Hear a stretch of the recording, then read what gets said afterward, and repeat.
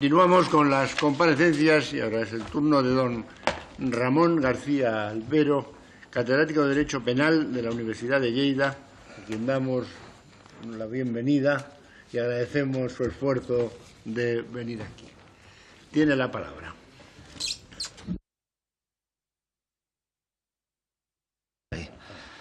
Buenas tardes, muchas gracias, señor presidente. Gracias, ilustrísimos diputados, por permitirme compartir con ustedes unas breves reflexiones sobre lo que me parece la proposición de ley de lucha contra la corrupción y de los derechos del denunciante. Mi intervención básicamente se centrará en tres aspectos. La primera, lógicamente, en mi condición de penalista. La primera tendrá que ver básicamente con el modelo de incriminación que asume la proposición de ley respecto al denominado delito de enriquecimiento ilícito. En la segunda parte de mi intervención quiero centrarme en una cuestión que es harto debatida, como es el problema de las denuncias anónimas. Y la tercera, en el marco de lo que es la protección o el estatuto jurídico de los derechos que conforman los derechos del denominado whistleblower o del denunciante o del alertador o del lanzador de alertas, como dirían en Francia, centrado básicamente en la protección de la confidencialidad, en fin, y cómo proyecta efectos esto ante un eventual escenario procesal penal futuro. Bien, empezaré de forma muy telegráfica diciendo que creo que en estos momentos no puede existir duda alguna sobre la necesidad político-criminal de tipificar el delito de enriquecimiento injusto. Creo que esta es una oportunidad que no puede perderse y no puede, creo modestamente, que nuestro país no puede renunciar a esta oportunidad, habiendo renunciado, como renunció en la pasada legislatura, a introducir este delito cuando se debatió y aprobó la reforma del Código Penal del año 2015. Por muchas razones. Creo que, evidentemente, la tipificación actual de los delitos de cohecho se revela a todas luces insuficiente por los problemas probatorios que presenta, básicamente, de conexión de la dádiva o la promesa o la ventaja económica con el concreto acto administrativo, con el ejercicio concreto de la función pública. Es cierto, y a eso me referiré después si me da tiempo, que en la praxis jurisprudencial estamos asistiendo a un fenómeno curioso. Algunos venimos incluso denunciando que, con arreglo a una cierta jurisprudencia, en la práctica podríamos estar hablando de una recreación jurisprudencial del delito de enriquecimiento ilícito por la oblicua vía de la incriminación del autoblanqueo de bienes procedentes del delito fiscal, en este caso de la propia cuota eludida. Es decir, si combinamos en algunos casos la técnica de los incrementos no justificados de patrimonio, de las ganancias patrimoniales no justificadas, como base para construir un delito fiscal, pensemos en asuntos recientes, sistemas básicamente de imputación legal relativos a hallazgos de fondos en el extranjero, que no comunicaron en su día, en el año 2013, la existencia de esos fondos. La presunción legal tributaria de que esos fondos imputan al último ejercicio fiscal no prescrito y, en consecuencia, no al ejercicio fiscal en el que afloraron.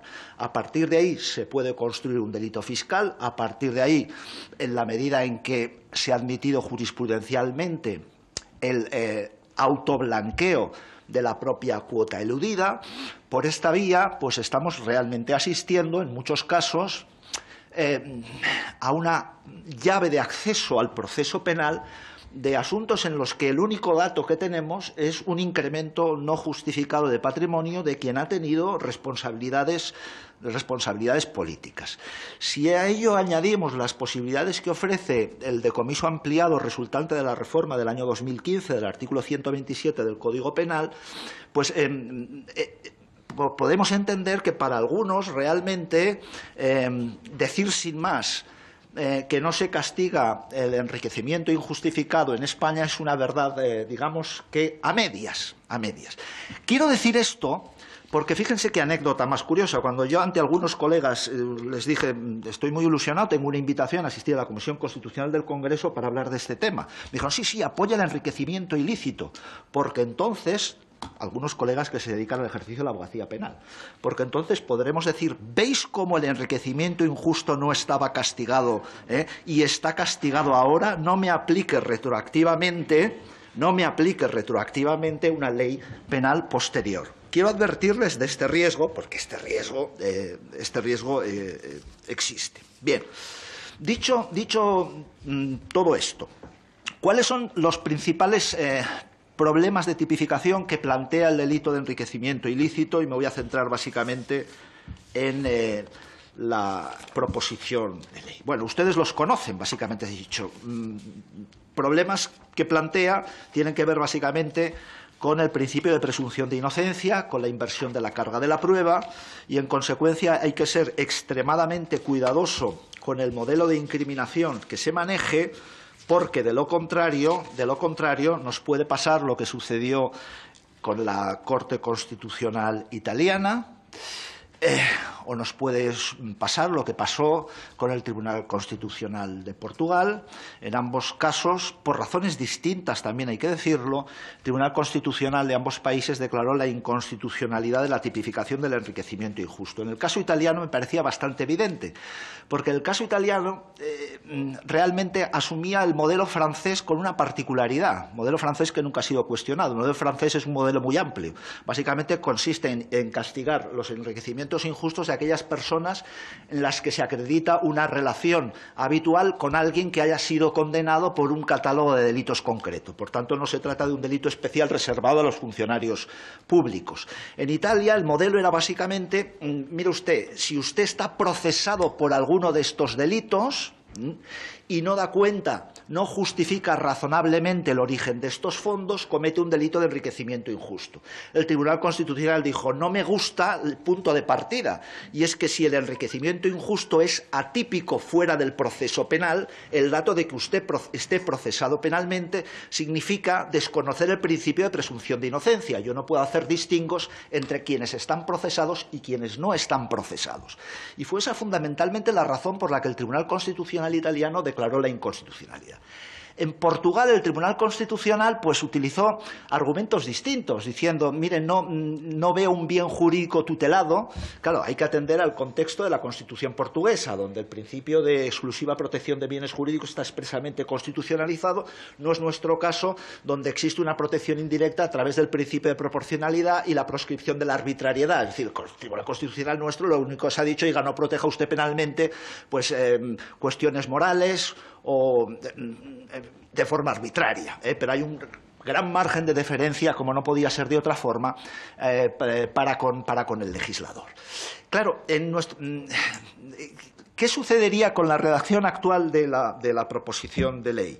Pues yo no lo tengo nada claro. A mí me gusta siempre poner un ejemplo, para que vean ustedes lo problemático de lo que son las supuestas vulneraciones del principio de presunción de inocencia y de inversiones de la carga probatoria. Depende de cómo se articula el delito. En lo que yo alcanzo, nadie ha cuestionado la constitucionalidad del delito de desaparición forzosa. Es decir, yo pruebo una detención ilegal, le digo, dé usted razón del paradero del detenido, y si no da razón del paradero del detenido, le impongo una pena que materialmente equivale al asesinato. Pero se nos ha dicho, oiga, pero aquí no hay una presunción de asesinato. ¿Qué es lo que hay? La infracción de un deber de garante. Usted, en la medida en que asume la función de garantía de la vida, de la libertad, de la seguridad del detenido ilegalmente, tiene la obligación de decirme dónde está. Y le sanciono no porque presuma que lo haya asesinado, sino simplemente porque está incumpliendo esa obligación de garante. Pues podríamos aplicar el mismo razonamiento a la formulación actual del delito. Oiga, yo no estoy presumiendo que haya un acto de corrupción, lo que estoy diciendo es que, dado su condición de funcionario de autoridad pública o de directivo perteneciente en sentido amplio al sector público, lo que le estoy diciendo es que usted tiene que darme cuenta del origen de esos fondos que no se compadecen con sus fuentes de ingreso declaradas ilegítimas, bien sea en las declaraciones que está usted obligado a hacer en condición de autoridad o funcionario público, o bien sea en las declaraciones simplemente tributarias. Y, por tanto, ¿qué estaríamos desde esta perspectiva castigando? Una infracción del deber de veracidad y de transparencia de las autoridades y de los cargos públicos, y no tanto la sanción de una eventual corrupción que no hemos podido acreditar. Es decir, se trata de situarnos en un marco mental distinto. No estamos hablando de un delito de sospecha, estamos simplemente hablando de la infracción del deber de rendir cuentas. Bien, no obstante, en la medida en que no cabe excluir que esta forma de razonar no sea convincente para el Tribunal Constitucional, pues yo creo que deberíamos aprender probablemente pues, del modelo lituano, que es el único país de momento que tiene un delito de enriquecimiento injusto perteneciente a la Unión Europea que ha resistido con éxito la embestida, perdonen la expresión, del recurso, en fin, del recurso de amparo. Ahora desconozco si fue una cuestión de inconstitucionalidad o se planteó directamente por la vía de amparo. En lo que, en definitiva, se trata de renunciar a la cláusula relativa a la necesidad de acreditar el origen lícito de los fondos. Si yo leo la propuesta, la autoridad o funcionario público que durante el ejercicio de su cargo o responsabilidad experimente un incremento de sus bienes o patrimonio cuya procedencia no puede ser acreditada en relación con sus ingresos legítimos será castigado. Bien. La cuestión, por tanto, residiría básicamente en prescindir de esa cláusula. ¿Es posible prescindir de esa cláusula? Es decir, y no pueda acreditar el origen legítimo de los fondos. Bueno, yo creo que es perfectamente posible prescindir de esta cláusula considerando lo siguiente. Vamos a ver. En primer lugar, yo diría, ¿de qué se trata aquí? De un incremento no justificado de patrimonio. ¿En relación con qué? En relación con bienes legítimos declarados, en relación con un patrimonio legítimo declarado. Bien, si este es, lógicamente, el punto de partida, en principio, no hay que decir nada más. Esa es mi opinión. Y ustedes me dirán, bueno, entonces estamos privando de la posibilidad de la prueba del origen legítimo de los fondos.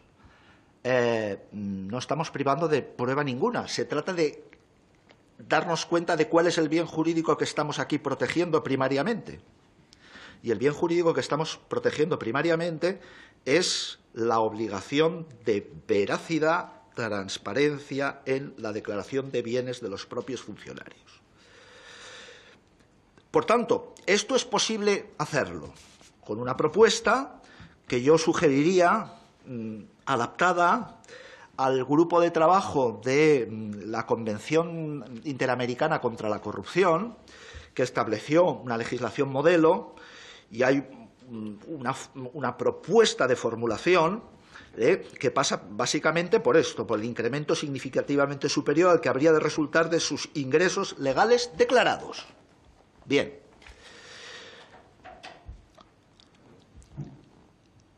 ¿Esto cubre todo el elenco de las posibles conductas a castigar?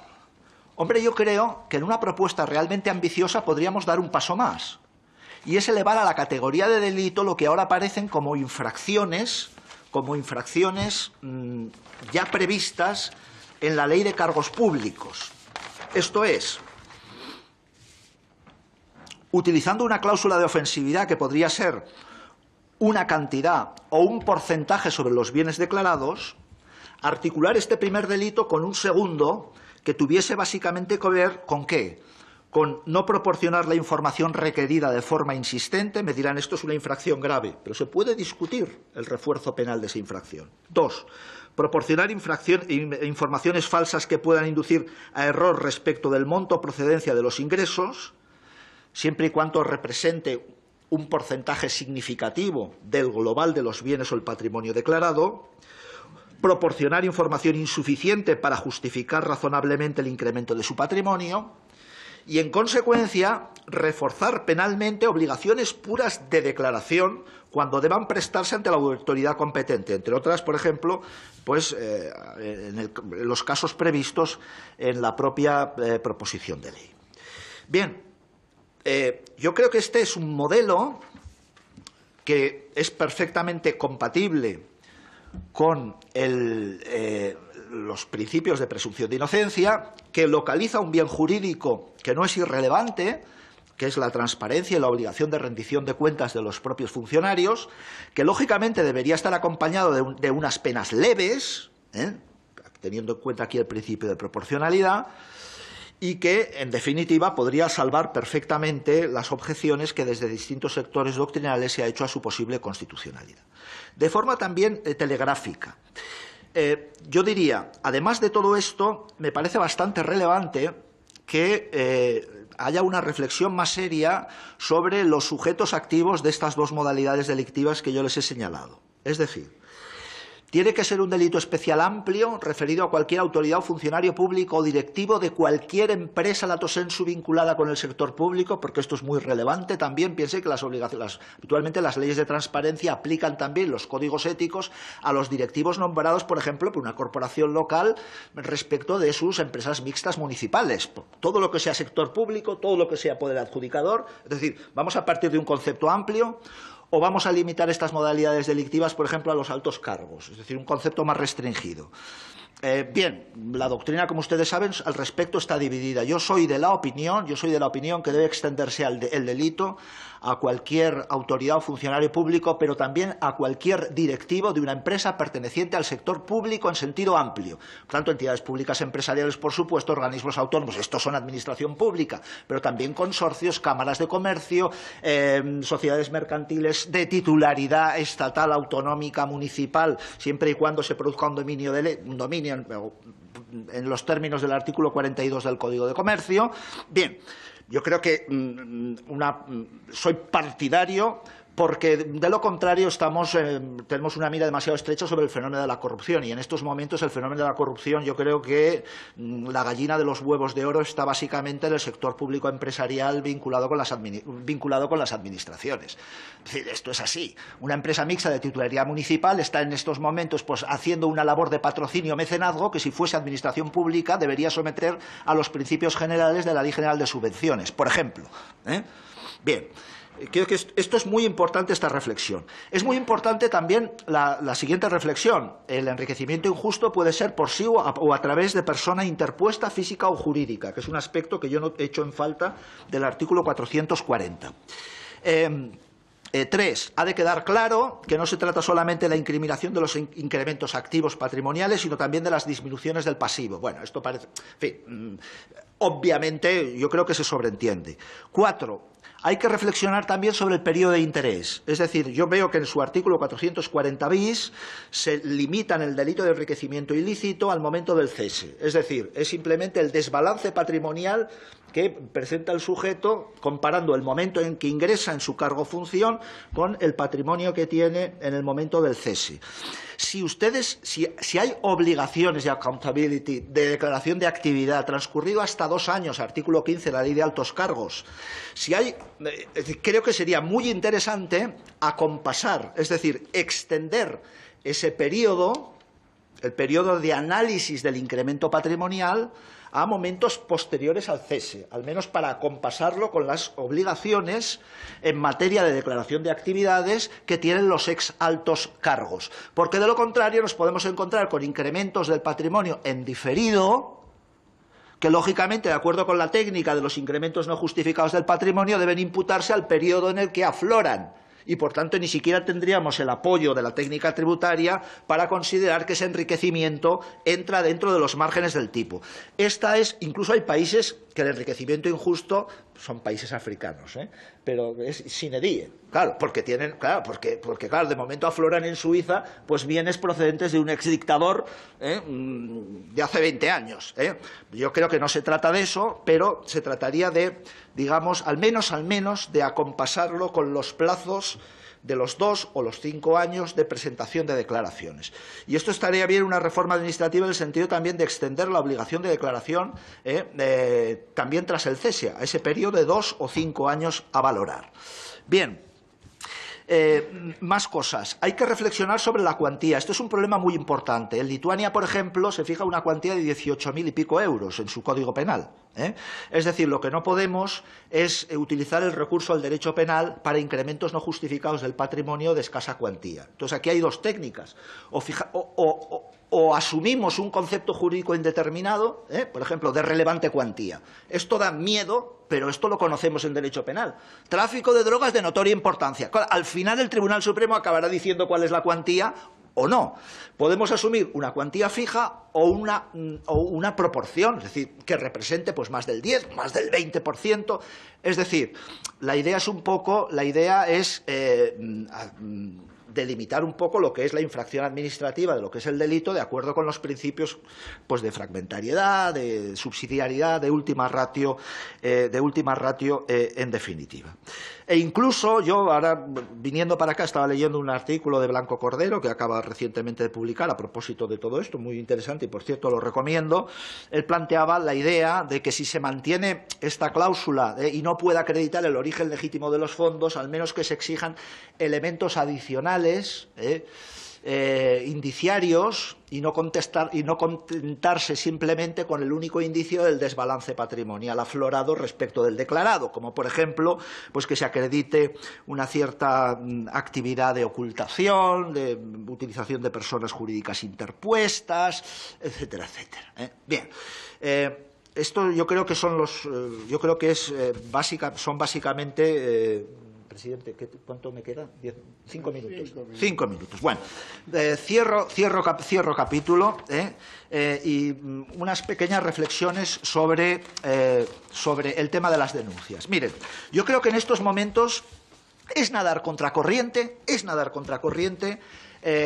si renunciamos a la posibilidad, a la admisión de las denuncias anónimas. Antes lo decía con algunos de sus compañeros, mi experiencia en el ámbito de la corrupción paradójicamente es más en el sector privado, es decir, con todos estos temas de las compliances, los modelos de prevención de riesgos penales en el sector privado, donde ahí a propósito de algún documento de la Agencia de Protección de Datos y de una guía de las relaciones laborales se decía, claro, no procede la admisión, y esto es un viejo debate, es sobre el whistleblowing, es decir, sobre la admisión de las denuncias anónimas en los denominados canales, bueno, todos los canales de denuncia, dicen canales éticos, que es una expresión, o directamente canal de comunicación, canal de alerta. Bueno, ¿qué pasa con estas denuncias anónimas sin perjuicio del tema del tratamiento de datos? Porque en estos momentos también Europa, en fin, el Reglamento de Protección de Datos entra ahora en vigor en el 18 y parece que este asunto está aclarado. Es verdad que hay textos, yo no les voy a aburrir, donde de alguna forma se viene a decir, oiga, no se admitan estas denuncias anónimas, pero insisto, desde la perspectiva de la protección de datos. Pero es curioso porque la misma Agencia de Protección de Datos, ustedes leen un expediente sancionador y dice, al primer antecedente, recibidas 13 denuncias anónimas por parte de esta agencia respecto a la cesión ilegal de datos, etcétera. Dice, mira, los mismos que están diciendo que no caben las denuncias anónimas admiten que, por supuesto, pues incoan procedimientos de inspección a resultas de esas denuncias anónimas. Bien, la denuncia anónima, como ustedes, bueno, la denuncia formal en procesal penal, el artículo 262 exige la identificación del denunciante. Si van ustedes a la normativa tributaria, a la normativa pues, de la seguridad social, pues la denuncia formal exige eso, pero en sus páginas web, por supuesto, caben las denuncias anónimas, hay unos asteriscos donde dice esto es lo que obligatoriamente usted debe rellenar y entre lo que obligatoriamente debe rellenar no está la identificación del denunciante. Hubo líos sobre esto y dijo, no, es que aquí no estamos hablando de denuncias anónimas, sino a los efectos de planificar la inspección, tanto de la agencia tributaria como de la seguridad social, como la inspección de trabajo. Bien. El Código Penal, en Derecho Penal este asunto lo tenemos solucionado. Hay dos sentencias del Tribunal Constitucional, la 4198, la 87-2005, donde en definitiva vienen a decir, oiga, la denuncia anónima es una realidad de facto, no hay que despreciarla.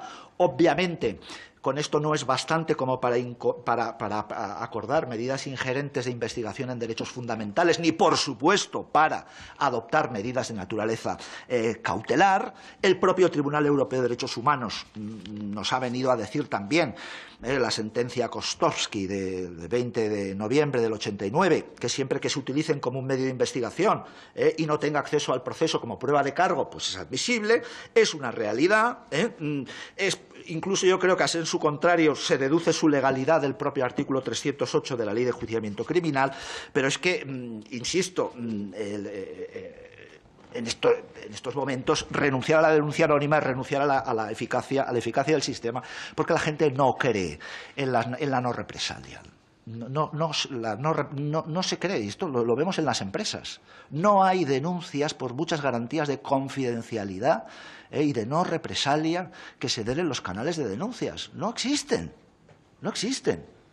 Otra cosa es que vamos a exigir a la denuncia anónima para que determine la incoación de un proceso. ¿Esto debe expresarse en la ley? Pues miren, yo cada vez soy más contrario a que la ley se enrolle mucho, porque es que al final hay que confiar, pues, en los aplicadores del derecho. Inevitablemente el legislador, ustedes cuando legislan, dejan las leyes en manos de los jueces, que acaban concretando su significado. Entonces cualquier juez, pero también cualquier personal adscrito al servicio de inspección de esta autoridad, pues lógicamente sabrá que una denuncia anónima, pero que aporta datos cualitativos, relevantes, detallados, de contexto, información, la verosimilitud objetiva es un concepto muy trabajado, y sabemos que cuando una denuncia no es rica en detalles, o es genérica, o es contradictoria, pues no debe ser admitida y puede obedecer a simples razones de represalia. Bueno, cierro capítulo. Breve referencia a la confidencialidad. Para poner de manifiesto también aquí dos reflexiones por si les pudiera resultar de interés. Ustedes proclaman como derecho del alertador o del denunciante, o como finalmente decidan llamarlo, el derecho a la confidencialidad. Y dicen, tan pronto como el denunciante ponga en conocimiento de su superior jerárquico, de la autoridad administrativa correspondiente o de la autoridad judicial, vienen a decir, tendrá derecho a que su proceso se sustancie por canales de confidencialidad. Bueno, yo diría, cuidadín. Si ustedes pueden garantizar la confidencialidad en lo que es una investigación preliminar en el proceso puramente administrativo, pero ustedes no pueden engañar al ciudadano, tampoco las empresas les engañan. En todos los manuales de compliance penal se dice aquí, garantizamos la confidencialidad, pero el trabajador debe saber, o el denunciante debe saber, que si este asunto se judicializa, esa confidencialidad ya no puede ser garantizada. Y creo que esto deberían aclararlo mejor en el texto, aunque parezca ya deducirse del contenido del artículo 12. Claro, la idea es que si ustedes plasman un principio de confidencialidad, bueno, primero tiene que ser lógicamente verosímil, pero hacen algo realmente importante. Es decir, incluso instan a que la autoridad promueva la anomización del propio denunciante en un proceso, pero de acuerdo con la Ley de Protección de Testigos del año 94. Y quiero decir que yo creo que aquí, por desgracia, está todo el tema del discovery y la jurisprudencia del Tribunal Europeo de Derechos Humanos. Creo que ustedes saben el principio de no regresión. O sea, el Tribunal Europeo de Derechos Humanos es bastante deferente con las confidencialidades. Nuestro Tribunal Constitucional hasta la fecha lo ha sido menos. Pero claro, nuestros estándares de protección no pueden situarse a la baja por seguir la Convención Europea, sino que son los que son. Y claro, hasta la fecha, la jurisprudencia del Tribunal Constitucional que conocemos, pues claro, finalmente, si el derecho de defensa lo impone, tenemos que revelar la fuente, lógicamente, del testigo. Y la desaparición de la fuente personal de prueba, eso obviamente no sería admisible. ¿Cuándo se ha admitido esto? Pues en casos donde corre grave peligro la vida del denunciante, cuando los intereses en juego son realmente importantes. Claro, este es el caso del denunciante de corrupción. Oiga, no, pues no es habitualmente el caso del denunciante de corrupción. Y en consecuencia, yo le veo mal arreglo, o sea, no veo que pueda justificarse un régimen excepcional o pelegis general, es decir, no, los denunciantes de corrupción también en el proceso penal van a ser testigos protegidos. Porque al final se trata de eso. Entonces yo... Bien, disculpen el atropello en mis palabras, pero les agradezco mucho su atención y me someto, por supuesto, a las preguntas que tengan a bien formular. Muchas gracias. Muchas gracias por su comparecencia. Vamos a empezar entonces con las intervenciones de los grupos. En primer lugar, por el Grupo Socialista, tiene la palabra el señor Campo. Gracias, presidente. Y lo primero, felicitar al catedrático doctor García Albero por la intensa proliferación de información sobre los 3 puntos en los que ha centrado su intervención. Efectivamente, todos ellos son motivos de preocupación, pero no obstante, quizás sobre lo que usted llama el bloque A, el modelo de incriminación sobre el enriquecimiento ilícito, que es un tema que creo que es apasionante y que está en todos los debates que ahora se formulan, sobre todo desde que el derecho penal abandona un poco sus principios básicos en los que se ha sustentado su cimentación, y atiende el derecho penal y sobre todo la legislación penal a razones de política criminal. Es decir, cuando no tenemos elementos, pues buscamos, lo hemos visto en momentos claves en nuestro país, y ahora volvemos a reverdecerlo con el terrorismo yihadista, que son muchas veces construcciones de política criminal las que nos llevan a establecer. Y es en este contexto en lo que prefiero centrarme tanto no en la idea del anonimato en la denuncia, que comparto gran parte de sus comentarios. Creo que está relativamente bien tratado en la ley, todo el sistema de protección de datos, pero me preocupa más el hecho en sí. Y por eso voy a estar invocando su condición. He estado viendo las conozco por razones profesionales.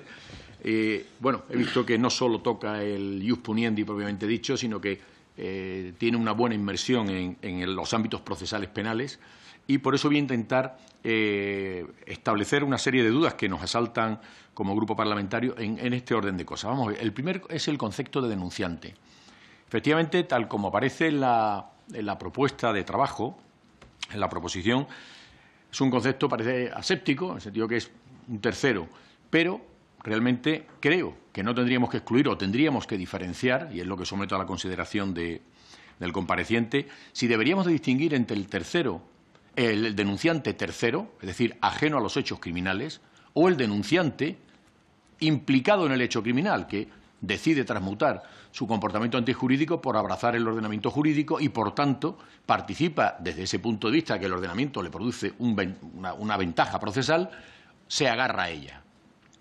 Esa es una primera observación. Segunda, en la medida en que estamos, y quizá de ahí la denominación de alerta, estamos, porque esto es un efecto llamada, por eso cuando se establece el estatuto del denunciante es precisamente para protegerle y darle esa coraza. Esa coraza, suponiendo que realmente el hecho ya no sea novedoso, debe de amparar también a los X subsiguientes denunciantes. Estoy pensando en una empresa, una pequeña empresa o en un departamento funcionarial donde 5 de los empleados están inmersos en la dinámica criminal, uno denuncia y los demás dicen, pues nosotros también vamos corriendo porque nos vamos a beneficiar, porque nos van a descubrir. ¿Es realmente necesario la protección del estatuto del denunciante para todos, o es suficiente para aquel que realmente ponga elementos novedosos de la noticia criminis en la mesa, ya sea tercero o sea un coimplicado?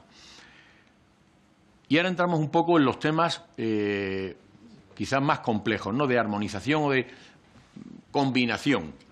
En primer lugar, está claro que, en el fondo, y la deriva penal nos llevará a esta generalización del derecho penal de excepción que estamos viendo, de tal modo que, por muy censurable que sea esto del pago a los traidores, pero el Estado implora el socorro de quien más le ha traicionado, y en este sentido estamos estableciendo, y el modelo es muy simple, cláusulas de exención, cláusulas de atenuación, cualificada o no.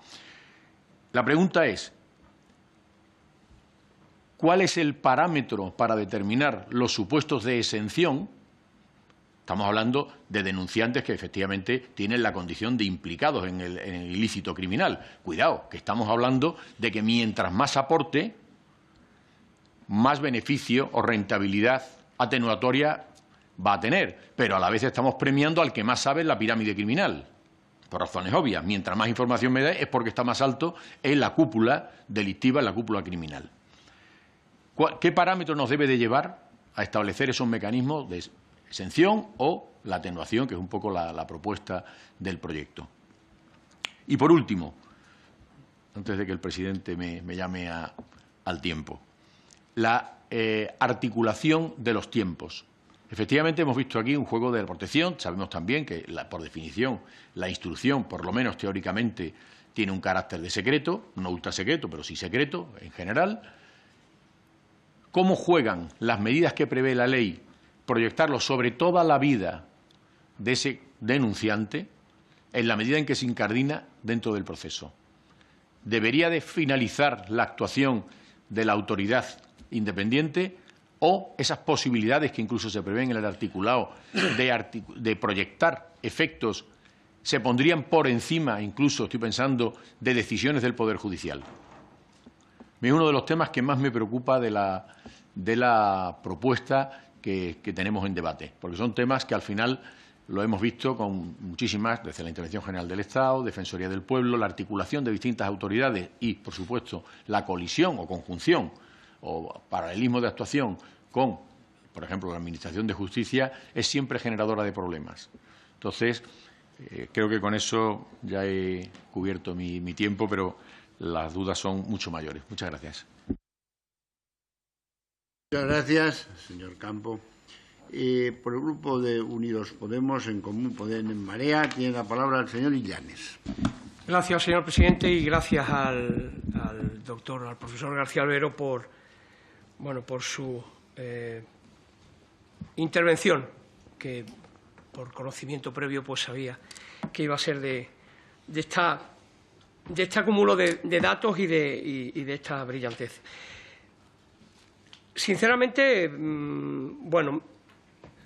cuando tuvimos oportunidad de ponernos frente a la proposición de ley de Ciudadanos y nos encontramos con ese delito de enriquecimiento ilícito, uno que tiene de formación profesional, al igual que le pasa al señor Campo, y que además viene de un territorio especialmente castigado por temas de corrupción, como es Baleares, echaba mucho de menos que estas conductas no estuviesen tipificadas, porque un expresidente de la comunidad y exministro de Medio Ambiente, que tiene ya un historial delictivo que haría palidecer a Billy el Niño, pues aumentaría su reproche penal precisamente con este delito de enriquecimiento injusto, hasta el punto de que, uno de los grandes asuntos, el mal llamado asunto del palacete, consistía en que un señor que tenía el sueldo de presidente de la Comunidad Autónoma de las Islas Baleares era capaz de adquirir inmuebles que estarían prohibidos a todo aquel que no fuese una estrella de la canción o un joven creador de portales de Internet que lo hubiese vendido a alguna multinacional a cambio de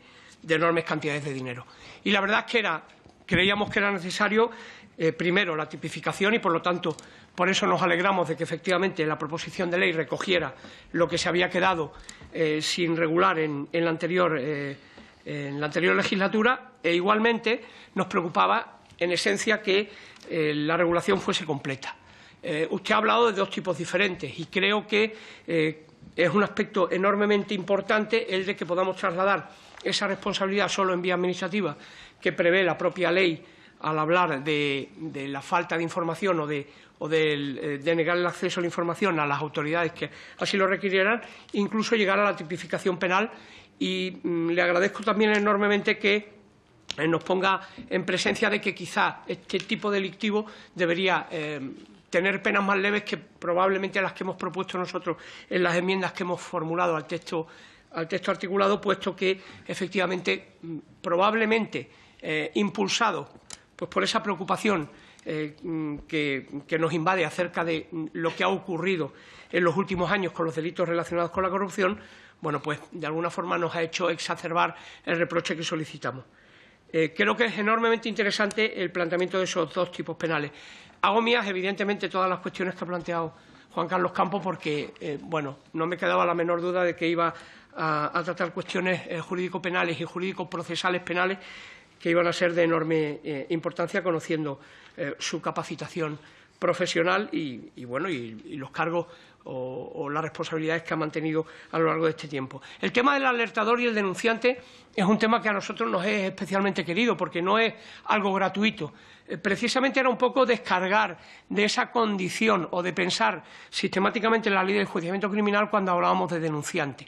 Es decir, de denunciante como persona interesada, y también lo ha planteado el señor Campo, como persona que pueda estar interesada en la continuación del procedimiento. No solo denuncio, sino que además, bueno, tengo intención de continuar y de ejercer la acción penal para, en su caso, bueno, pues solicitar el reproche que corresponda a quienes han cometido esas conductas que puedan ser constitutivas de delitos relacionados con la corrupción. Alertador, bueno, por no utilizar el término whistleblower, que es un término que traducido al castellano suena bastante peyorativo, aunque realmente deberíamos abandonar complejos en este país. Los italianos, se ha comentado en la anterior intervención, en el Senado han aprobado la semana pasada la ley de protección de whistleblowers, y como no tienen ningún tipo de reparo a la hora de utilizar términos anglosajones, han dejado el término whistleblower y se han evitado el problema de traducirlo al italiano, con todos los problemas que ello podría acarrear. Teniendo en cuenta que además, bueno, también en esa ley italiana se habla de la protección de los alertadores, de los denunciantes, de los whistleblowers, que provienen tanto del ámbito puramente administrativo como del ámbito privado. Y creo que también ese es otro tema que efectivamente se planteó al principio, pero que yo creo que ya es una cuestión prácticamente aceptada por unanimidad, que no puede limitarse exclusivamente a los funcionarios públicos, sino que tiene que ir más allá. Sí quería plantearle una cuestión que es un tema muy interesante relacionado con el problema o, digamos que las dificultades que puede plantear el anonimato. Es el hecho al que se ha referido y que se lo puede desarrollar un poquito más del tema de la denuncia anónima o la alerta anónima no tiene por qué ser inmediatamente expulsada por el hecho de que efectivamente esa alerta puede contener una serie de datos cualitativos, puede contener una serie de información que efectivamente justifique el que se inicie una actividad de investigación. Y sobre todo ese dato que dice usted que ya está absolutamente admitido por la doctrina jurisprudencial de la verosimilitud objetiva de una denuncia o de una alerta anónima. Lo digo porque precisamente se ha referido usted a esas vías de conocimiento de las alertas y es cierto que la cantidad de oportunidades o posibilidades que se le ofrecen a los alertadores de conductas presuntamente constitutivas de corrupción son enormes. Y estoy pensando, por ejemplo, en los buzones que se instalan en algunas corporaciones municipales. Estamos hablando de grandes ciudades, por ejemplo, Los Ángeles. Creo que en Barcelona había un proyecto para también establecer una especie de buzón ciudadano en donde cualquiera pudiese poner en conocimiento de las autoridades conductas que pudiesen ser constitutivas de corrupción. Si podemos también ahondar en ese tema, pues sería muy interesante. Y, de nuevo, darle las gracias por el contenido de su intervención. Gracias, señor presidente. Gracias, señor Llanes. Por el Grupo de Ciudadanos tiene la palabra el señor Prendes. Muchas gracias, señor presidente. Muchas gracias, señor García Albero, por sus aportaciones, por sus apasionantes y apasionadas aportaciones. Decía antes el diputado Llanes que era muy querida para él este tipo delictivo del enriquecimiento injusto. Imagínese para mí, que pertenezco al grupo que ha hecho la redacción de esta ley, ¿no? Pero sí agradezco su apoyo a la introducción dentro del Código Penal de este nuevo tipo delictivo. Lo digo porque ha estado flotando la discusión sobre si era necesario o no esta tipificación, y hasta hace bien poco tiempo parecía que era un auténtico anatema hablar de este tipo delictivo y que afectaba profundamente a la presunción de inocencia. Recientemente, en la apertura del año judicial, el propio fiscal general del Estado reclamó que se regulase este nuevo tipo delictivo para facilitar precisamente el trabajo de los fiscales anticorrupción.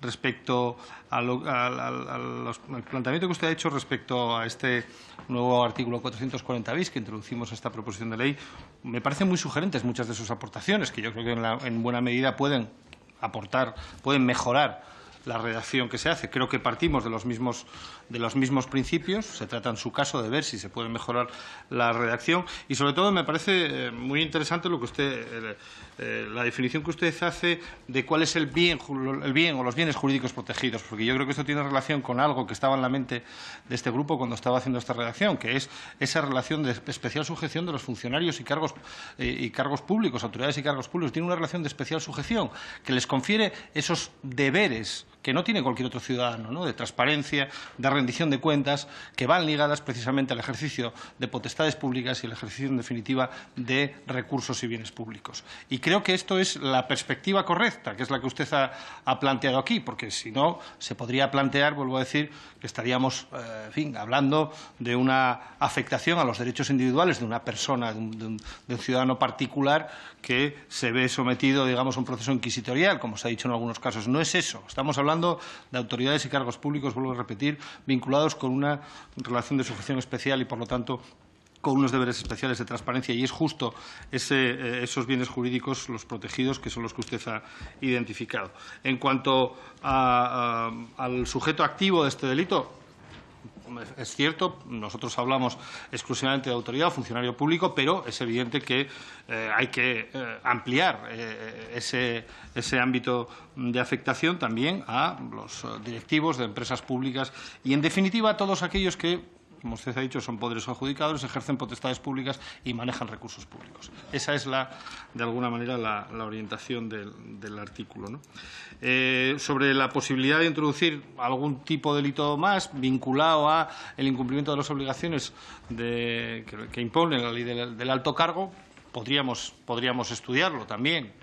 En fin, en algunos casos no sé si conviene, digamos, tipificar penalmente una serie de conductas o con la sanción administrativa grave, en su caso, se puede, digamos, corregir esas conductas. Pero está bien que lo sometamos a reflexión. En cuanto al asunto de la denuncia anónima, que decía mi compañero Illanes, ahora hacía referencia a los buzones. Bueno, cualquiera que se pase por Venecia, por el Palacio de San Marcos, verá cuál es el origen de los buzones y de las denuncias anónimas.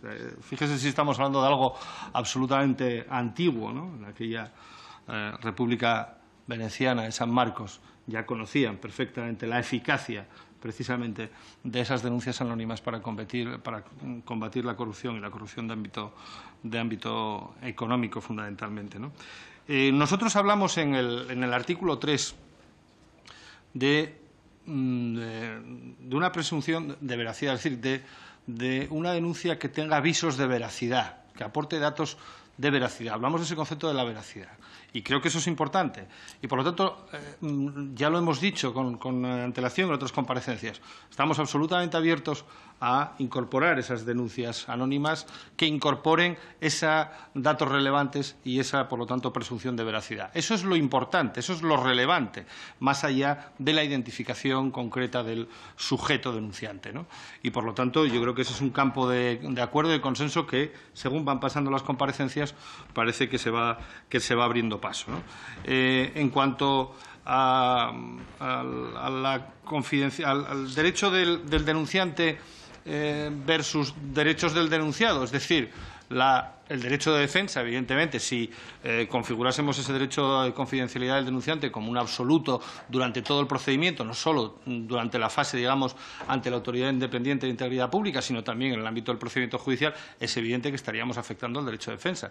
Nosotros, por eso, cuando hablamos de la regulación del anonimato y del derecho a la confidencialidad, estamos hablando siempre dentro del ámbito de actuación de esa Autoridad de Integridad Pública, que en el momento en que, después de la instrucción de ese expediente reservado, considera que hay datos suficientes para ir en un procedimiento penal, tiene que ceder su actuación, como no podía ser de otra manera, a las autoridades judiciales, y es en ese ámbito donde, en todo caso, si cabe adoptar alguna medida de protección, bien como testigo protegido, o de otra manera, será a la autoridad judicial a quien le compete esa adopción y no en ningún caso a una autoridad de carácter administrativo, porque en ese caso ya podríamos entrar en colisión, como le decía, con el derecho de defensa, evidentemente, del denunciado, ¿no? Bueno, nada más. No voy a, como dije en la anterior intervención, no voy a contestar a mis compañeros de comisión. Creo que será el ámbito de la ponencia seguramente donde hablaremos de toda esta cuestión, y creo que lo más interesante es que usted de alguna manera continúe con sus aportaciones que, le reitero, como lo dije al principio, a nuestro grupo le parecen de extremado interés. Muchas gracias. Gracias, señor Prendes. Ya que insiste en ese punto, yo le voy a dar la razón al señor Prendes. Es decir, creo que todos lo están haciendo, todos los portavoces, pero estas son para conocer la opinión del compareciente, no para establecer polémica, que tendremos su momento para hacerlo, naturalmente. Por el grupo de Vasco PNV tiene la palabra el señor Legazo. Sí, muchas gracias, presidente. También agradecer la intervención de compareciente que hoy nos acompaña. Yo simplemente dos cuestiones, porque otras muchas ya se han planteado. En relación a la primera, porque igual no le he prestado la debida atención, pero bueno, se refiere al tipo del enriquecimiento injusto. Parece que usted plantea la reconstrucción sobre el bien jurídico protegido, cambiándolo. Me queda una duda por el ejemplo que usted ha puesto. Usted ha dicho que se puede conseguir un efecto equivalente, aunque con otro bien jurídico protegido, y ha puesto el ejemplo, digamos, del secuestro, de la detención ilícita, en la que no se da cuenta de la persona detenida ilícitamente, y la pena es equivalente, digamos, al homicidio o asesinato. No sé si es homicidio o asesinato. Bueno, esto ya lo conocemos también, por ejemplo, en el ámbito punitivo administrativo se construye parecido en tráfico, el no dar cuenta del conductor respecto, ¿no? Entonces se le sanciona al titular por no dar cuenta del conductor, pero mi pregunta, pero hay en esos tipos, digamos, administrativos, la sanción no tiene correlación con la infracción que se persigue inicialmente. Es un bien jurídico protegido de distinta gradación y no es lo mismo. Mi pregunta es, si reconstruyéramos el tipo sobre un bien jurídico distinto, la sanción pudiera ser equivalente, digamos, a un delito de corrupción, bien sea, digamos, no de procedencia ilícita, como sería el autoblanqueo, o bien sí de otra actividad manifiestamente ilícita. Es decir, o tendríamos que construir ya una sanción sobre ese tipo más rebajada, obviamente. La segunda, porque claro, no sabemos la procedencia de los bienes, es decir, si son, bueno, todos son ilícitos, pero los ilícitos fiscales son simplemente por el salto cualitativo y otros son objetivamente perseguibles. Y la segunda cuestión es respecto a bueno, el proyecto estaba construido sobre la transparencia en el denunciante. Había durante la fase, digamos, esta fase administrativa, había una fase de prudencia, digamos, para no desbaratar, digamos, la investigación, pero llegaba un momento que es en el momento, digamos, de dar audiencia cuando hubiera terceros, que ya, pues, claro, usted me ha parecido que sugiere, bueno, que las denuncias anónimas se acepten. Y luego me ha parecido que sacaba una serie de consecuencias. Para mí, la denuncia anónima, yo creo que la única virtualidad que tiene es que dar noticia criminis de algo sin, digamos, de manera anónima, es que el denunciante no va a poder comparecer como testigo.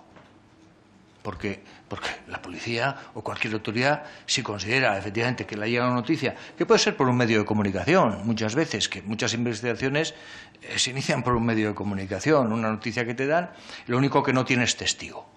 En este caso, si hubiera, digamos, una denuncia anónima, la consecuencia es, si se acepta como tal, no una denuncia como estaba planteada aquí, la anónima es que no va a poder funcionar como testigo. Entonces la Administración, la autoridad, pues tendrá que buscarse las pruebas de cargo que considere, pero desde luego el testigo no va a poder aparecer. Y creo que si se construyera la denuncia anónima, digamos, y solo pensando que debe desvelarse su identidad en la fase penal, Yo creo que sería inevitable también desvelarla en la fase punitiva administrativa, porque los principios sancionadores no de la potestad punitiva del Estado y el principio de contradicción es inevitable. O sea, yo creo que no es que esté perjudicada la fase, en su caso, que no creo, judicial, pero también la fase administrativa. Es decir, se pueden admitir las denuncias anónimas, pero bueno, eso existe, no hay que ni regularlo, eso ya existe. Es decir, a ti te dan noticia de un esto, tú investigarás o no investigarás. Lo único que no te puede aparecer, como te digo ahora, si no es denuncia anónima, por muy discreta que sea, hay que aflorarla en el proceso administrativo. Esa es también una pregunta que me había quedado con una ligera duda, ¿no? Y nada más y muchas gracias. Muchas gracias, señor Legarda. El Grupo Popular tiene la palabra el señor Foley. Gracias, presidente. Gracias, señor García Albero, por acudir a esta sede para aclararnos y ponernos su experiencia amplia y dilatada, pues para intentar resolver algunas de las dudas que podamos tener nosotros aquí. Llevamos ya con la suya 7 comparecencias y creo que podríamos seguir analizando puntos importantes o incluso puntos comunes que podían tener los diferentes ponentes y también intervenciones de los diferentes compañeros, ¿no? Yo había empezado en la anterior comisión enunciando una serie de ideas de la exposición de motivos de este proyecto respecto, que la actividad política debe cumplir de una forma exagerada integridad, proceder y ética singular, que debemos afianzar, esto lo dice la exposición de motivos, los principios de Estado de Derecho, tales como integridad, transparencia, en el que ha hablado el anterior ponente, y responsabilidad, y un tema que después ha sido bastante abordado, me refiero, combatir la corrupción en todas sus formas. Muy desencaminados nos íbamos porque todos los ponentes hicieron bastante referencia a algunos de estos puntos, ¿no? Y también tratamos si era el momento idóneo o no de llevar a cabo ahora este proyecto, teniendo en cuenta que hay tramitación, sobre todo en la Unión Europea, múltiples que pueden incidir o no, incluso llegar a uno de los ponentes, ahora de referencia, a decir si tendríamos competencia, ponía en duda para poder hacerlo o no. Ya que no podemos tener, y efectivamente quiero empezar por darle felicidades por su exposición, que efectivamente, y estoy seguro que si con un poco más de tiempo nos aclararía, ya nos aclaró, al menos a mí, bastantes dudas de las que tenía para preguntarle, y estoy seguro que por su experiencia y también forma de expresarlo, el tiempo fue lo que nos privó de poder tener más claridad en muchas de las dudas que podamos tener. Yo he permitido, como no podemos tener el lujo de tenerles a todos los ponentes juntos en una sala para poder discutir entre expertos, pues hacer un mini resumen, ¿no?, de lo que ha habido en las otras comparecencias y dudas y preguntas que nos surgen en esa línea, ¿no? Porque efectivamente no estamos hablando con todo el respeto para mis compañeros, ha habido personas, comparecientes como usted, muy preparados y muy dotados y muy versados en los temas que nos ocupan, catedráticos, abogados, inspectores de Hacienda, magistrados, que creo que pensaron y dijeron su importante opinión. Resumo, ¿no?, algunos de los puntos que he visto importantes. Existen huecos importantes en esta normativa, no trata la cooperación internacional, no protege a todos los denunciantes, no contempla la figura del testigo, voy intentando hacer algunas referencias que también he escuchado, invade competencias del Ministerio Fiscal, una impunidad del falso denunciante, también con un poco relacionado con la presunción de inocencia. Se debe permitir la denuncia anónima. Si no es una regulación prematura, ya que se está trabajando de una forma intensa en la Unidad Europea, por eso decía sobre el momento idóneo o no de presentar este proyecto, se debe cuantificar el enriquecimiento ilícito. Ya habló usted también de una forma amplia, quizás no lo que a usted le gustaría que sea suficiente, pero sí. Los dos catedráticos, tanto de ciencia política como de derecho administrativo, pusieron dudas de la definición de corrupción en el propio texto. Si realmente estamos tratando un plan integral sobre la corrupción y tenemos dudas de si está bien definida, evidentemente empezamos quizás con mal pie, ¿no? Si existe o no, decía el inspector de Hacienda, impunidad sobre el corrupto, no existe un órgano especializado en tratar y en versar sobre la corrupción, y en ese caso decía que coincidía que era un error prohibir la denuncia anónima. Existe numerosa normativa europea que no desarrolla esta ley, que está desfasada en el tiempo, decía también otro de los ponentes, y de aquí sacamos un poco para también intentar priorizar y poner puntos en común una serie de conclusiones que traduciré en preguntas, porque creo que es la función de esta comisión escucharles, y en este caso escuchar a usted, señor García Albero. En esas coincidencias que había de los ponentes, había una preocupación, insisto, sobre qué es la corrupción o cómo la define, si se debe permitir o no, o la denuncia anónima y ampliarla al sector privado, la denuncia, si cree que debería incorporarse la figura del falso denunciante o hablar sobre ella, si es competencia europea. Hay una directiva del 25 de julio de 2017 que ya está abordando y que ya está tratando sobre esto. Y usted, como conocedor en profundidad sobre corrupción, y he leído y he visto parte de sus publicaciones, delito de corrupción en los negocios, hablando del sector privado, corrupción en el sector público y también sobre la relación entre el ilícito penal y el ilícito administrativo. Entonces, me gustaría, tratando de resumir y abordar las dudas que nos surgieron de las otras también limitadas comparecencias de compañeros suyos, si está bien definido o no el concepto de corrupción en este proyecto. Ya habló bastante, pero se lo dejo por si estoy seguro que le gustaría haber sido más amplio en sus posiciones respecto sobre la denuncia anónima, si se debe abrir al sector privado, si se debe contemplar la figura del falso denunciante. Aquí también, pues, efectivamente, hay actuaciones practicadas. Si se aprecian indicios racionales en la existencia de un posible delito, pone la autoridad independiente de integridad pública resolverá motivadamente el traslado inmediato al Ministerio Fiscal o ante la autoridad judicial. ¿Usted cree cuál sería la fórmula más idónea para evitar una utilización masiva de denuncias falsas que puedan quizás sobrecargar las actuaciones judiciales o de fiscalía, y qué mecanismos de protección podríamos ver como más idóneos? Una pregunta que al menos a nuestro grupo, y a mí particularmente, me sorprendió: si es que éramos competentes para poder desarrollar esta ley respecto a toda la normativa europea que se está poniendo en marcha. Y como última pregunta, sé que son demasiadas, señor García Albero, lo siento, si no cree que la cantidad de modificaciones o propuestas de modificación de otras leyes que propone este proyecto se puedan entorpecer la eficacia del mismo. Muchísimas gracias. Muchas gracias, señor Fole. Ahora, para responder las preguntas que le parezca a usted conveniente contestar, tiene la palabra. De forma telegráfica y anticipada.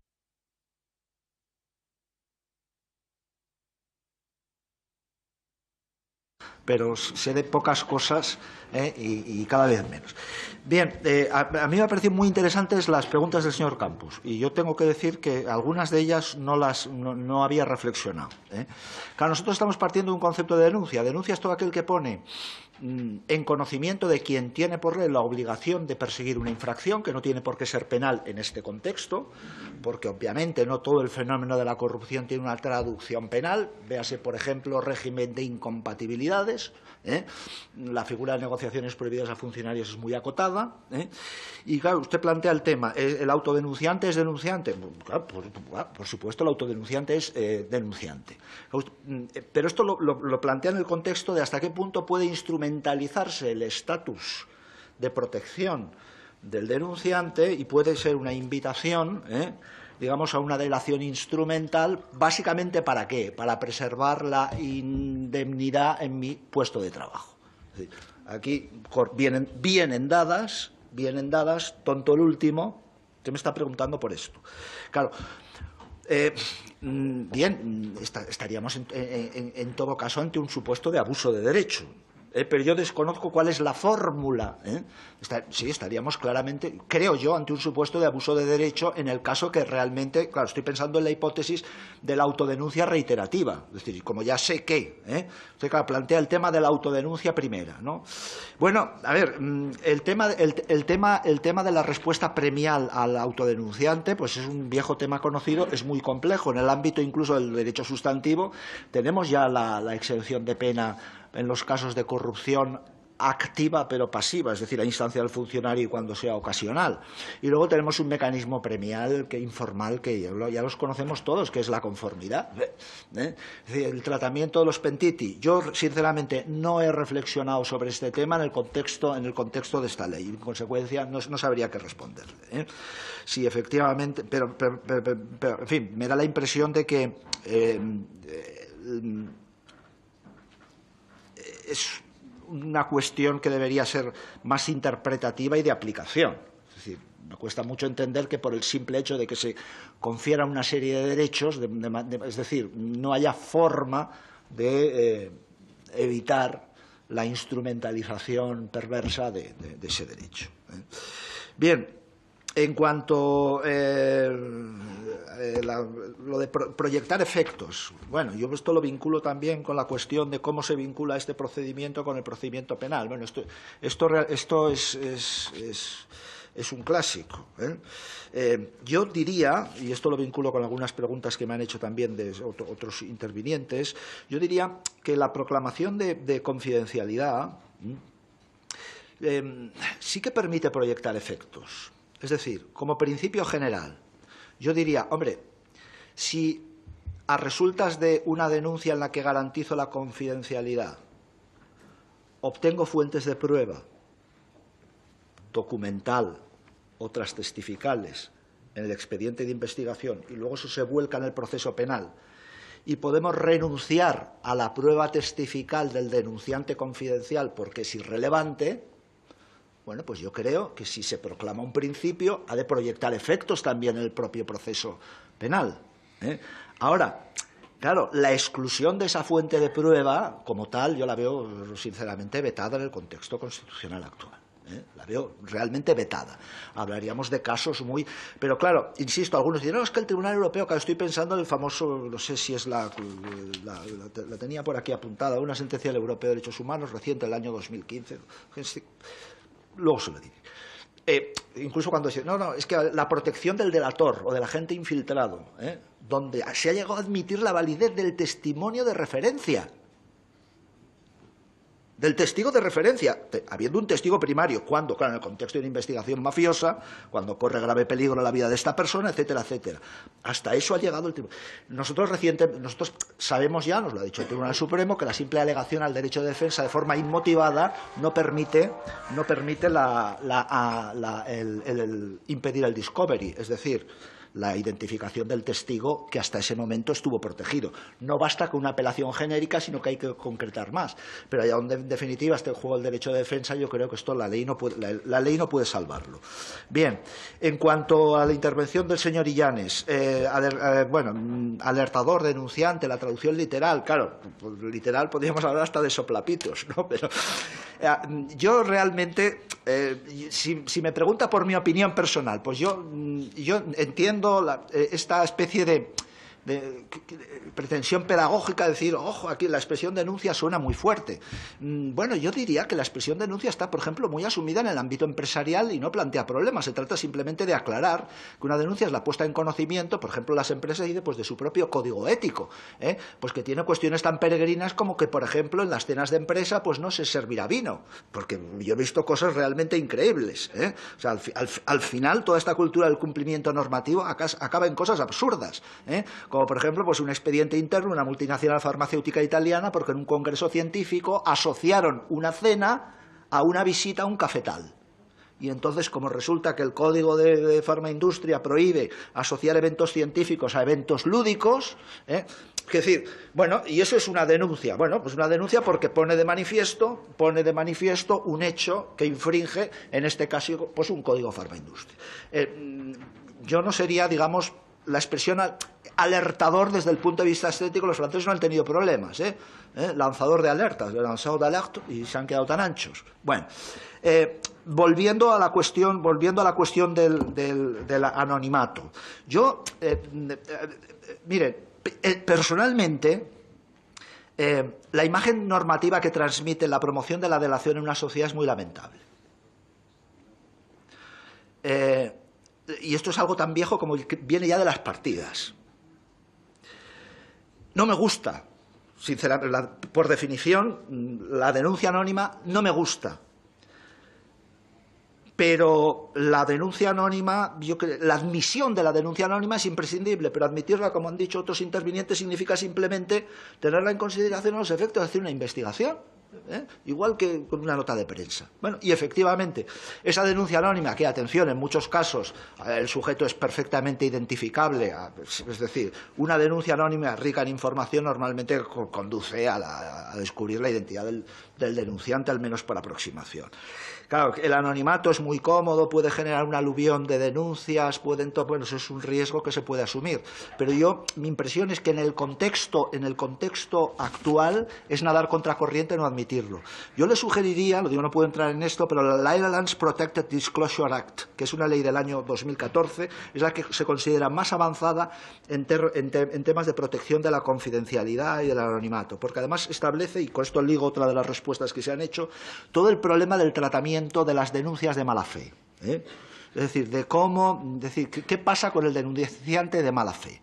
Bueno, pues el denunciante de mala fe, por principio, lógicamente no puede estar cubierto por el estatus protector que le confiere la propia ley. Pero claro, el denunciante de buena fe tiene que estar obviamente cubierto, sea o no veraz los hechos que definitivamente haya podido poner de manifiesto, si efectivamente tenemos indicadores cualificados como para entender su error o su defecto de apreciación, etcétera. Pero esto es algo que realmente la ley no va a poder solucionarlo. Es decir, lo único que tenemos que ofrecer son principios generales. Es decir, el principio de no represalias de las denuncias hechas de buena fe. Ya sé que es muy difícil de concretar en qué casos es de buena fe, en qué casos no, pero me parece que es así, ¿no? Bueno, me ha parecido, respecto a la intervención del señor Prendes, bueno, creo que le contesta un poco a propósito de la denuncia anónima. Yo cada vez estoy más convencido.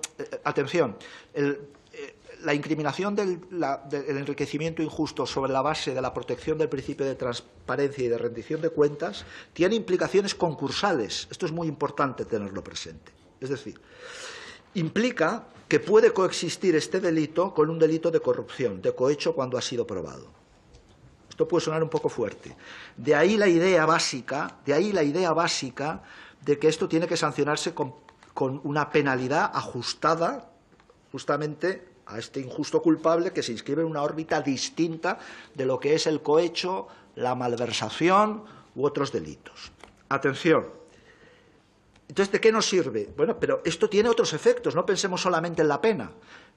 Decomiso. Decomiso. Aparte de la pena, aparte obviamente de la pena de banquillo, que insisto, la pena de banquillo hoy en día está garantizada con el juego del autoblanqueo. La pena de banquillo está garantizada con la interpretación bastante extensiva del delito de autoblanqueo, aunque el Tribunal Supremo venga diciéndonos que no, que esto no supone meter por la ventana el delito de enriquecimiento injusto. Pero a veces tanta excusatio non petita respecto al manejo, insisto, de la prueba indiciaria de lo que es una actividad ilícita, como marco subyacente del que afloran esos bienes patrimoniales, esos fondos que luego son objeto de ocultación o de encubrimiento de su origen ilícito. Si vemos la construcción de la prueba indiciaria en materia de blanqueo, pues, es obvio que la pena de banquillo está garantizada, pero otras penas, el propio decomiso, etcétera. Me parece que esto es muy relevante, ¿no? Entonces, bien. Por tanto, sanción equivalente, y con esto contesto al diputado, al señor Legarda, que me ha parecido también muy interesante sus preguntas, pues no, yo creo que en ningún caso no puede ser una sanción equivalente, porque si es una sanción equivalente estamos diciendo que en realidad es un delito de sospecha, que en realidad lo que le estamos es castigando una corrupción que no hemos podido probar. Y aquí lo que estamos castigando es la infracción del deber de rendir cuentas de unos ingresos patrimoniales que no correlacionan con sus ingresos legítimos declarados. Yo creo que es la perspectiva más inteligente, pero por supuesto todo, insisto, todo es discutible. Y de ahí la necesidad de distinguir estos dos planos, porque allá donde podamos acreditar que realmente esto procede de una actividad ilícita, aunque no podamos concretar o singularizar históricamente, espacialmente y cualitativamente de qué delitos provienen esos fondos, por eso ahí ese primer delito que yo proponía con una pena más importante, pero sin la cláusula, es decir, donde se trata de acreditar en términos de procedencia ilegítima de los fondos. Bien. Por lo demás, sobre la audiencia tercera, el trasvase de las garantías propias del proceso penal al administrativo, con todos los matices, pues no tengo por más que obviamente, darle la razón, y en consecuencia la confidencialidad también está comprometida cuando exigencias derivadas del derecho de defensa pues se imponen en el ámbito de un expediente sancionador administrativo. Bien, pero yo insisto, el principio de confidencialidad podría proyectar efectos en el sentido de decir, oiga, una llamada gratuita al proceso de un testigo confidencial cuando no es relevante, porque tenemos pruebas desconectadas en términos de conexión de antijuridicidad, por no hablar de causalidad, con esa notitia criminis, o esa primera noticia de la infracción. Oiga, si yo puedo armar la prueba, pues probablemente esa proclamación de ese principio podría invitar pues a prescindir de esa fuente de prueba. Ahora, cuando es prueba, obviamente hay que revelar la fuente de prueba, me parece bastante evidente. En cuanto a las preguntas del señor Fole, bueno, son tantas, tan ricas y tan que, bien, yo diría, ¿está usted de acuerdo con el concepto de corrupción? Sinceramente, no me atrevo. Hay tantos conceptos de corrupción como autores, como textos normativos internacionales. A mí lo que sí me parece más evidente, porque a veces es como más productivo, es decir, situar en qué campo jugamos. Es decir, ¿en qué campo jugamos? Porque, claro, al final la corrupción es un concepto ameba que al final acaba siendo absolutamente todo. Entonces, yo sí que soy partidario de distinguir entre corrupción pública por un lado y corrupción privada por otro. Pero partiendo, lógicamente, de un concepto muy amplio de corrupción pública, insisto, que incluso haría entrar en juego. Mire, yo una de las cosas que he hecho en falta de cualquier modificación legal en materia de corrupción es una tontería como la que voy a decir. Las penas de inhabilitación. ¿Por qué no van referidas también a empleo en cualquier empresa del sector público o que reciba un volumen sustancial de subvenciones? Desde una perspectiva de puertas giratorias, ya sabemos dónde se recolocan a veces. Entonces, ustedes dirán, esto es una pena de interdicción civil, de muerte civil, porque claro, ¿qué empresa no trabaja con el sector público, no? Entonces, ¿qué le obligamos a trabajar en bodegas? Bueno, pero creo que es una cosa que hay que considerar realmente. Es decir, empresas que reciben subvenciones o empresas del sector público en sentido amplio, extender las penas de inhabilitación a estos sectores. Entonces, yo creo que lo determinante es acotar bien el espacio de juego, sector público. En sentido amplio, en el sentido de ley de contratos del sector público, o la última ley del 2015. Y en este ámbito, a partir de ahí surgen una serie de bienes que se vinculan todos ellos con la corrupción. Pues transparencia, imparcialidad, sometimiento a finalidades públicas, rendición de cuentas, en fin, todo eso. Pero tratar de meter en el mismo saco al sector privado, pues yo sinceramente, estrictamente privado, me parece que son otras cosas. Aquí ya entra en juego derecho de competencia, de lealtad del dependiente para con el principal, son otras reglas. Entonces yo no le podría. Bien. Sobre si es competencia europea, pues yo creo que realmente, o sea, finalmente la cuestión es si realmente pues está bien traspuesta o está bien aplicada. Si ese es el caso, pues ya se revisará. Quiero decir, no lo sé, no lo tengo claro. Falso denunciante. Sobre ¿qué ocurre con los falsos denunciantes? Bueno, pues, ¿qué va a pasar con los falsos denunciantes? Pues, mire, que su proposición de ley nada tiene que decir, salvo que lo modifique con el delito de acusación y denuncias falsas del 564 del Código Penal. Esto es así. Y el concepto amplio de denuncia como puesta a disposición de quien tiene la obligación de perseguir una infracción con relevancia penal, en este caso, pues de un hecho. Entonces, bueno, nuevamente aquí lo que habrá que valorar es los términos de la buena fe. Y esto es algo que yo sinceramente no creo que desde la ley se pueda aclarar. El problema de las denuncias masivas yo le concedo que es un riesgo, y lo estamos viendo en el sector privado. El uso perverso de los buzones de denuncias en algunas empresas es, además, para las cosas más insólitas, como medio de venganza, como medio de... Claro, por eso el anonimato tiene también sus propios límites, porque, claro, algo muy relevante de quien está llamado a ser una prueba testifical es la credibilidad subjetiva, y, por tanto, el que esté claro que no hay, pues, motivos espurios de venganza, de competencia, etcétera. Pero yo creo que, sinceramente, esto es algo que tampoco se puede solucionar directamente desde la ley. Esto es un riesgo que hay que asumir y, en consecuencia, pues, bien. Sobre si invade competencias del Ministerio Público, bueno, esto es un viejo debate, ya se nos planteó en Cataluña con la Oficina Antifraude. Yo incluso hice un dictamen diciendo, oigan, es que no le veo en su época ya, pues esto tiene años. Yo puse por escrito un dictamen, mire, entre el bocadillo que representa, por un lado, la Fiscalía General del Estado, la intervención, la Sindicatura de Cuentas, el Tribunal de Cuentas, no le acabo de ver aquí ese espacio, bueno.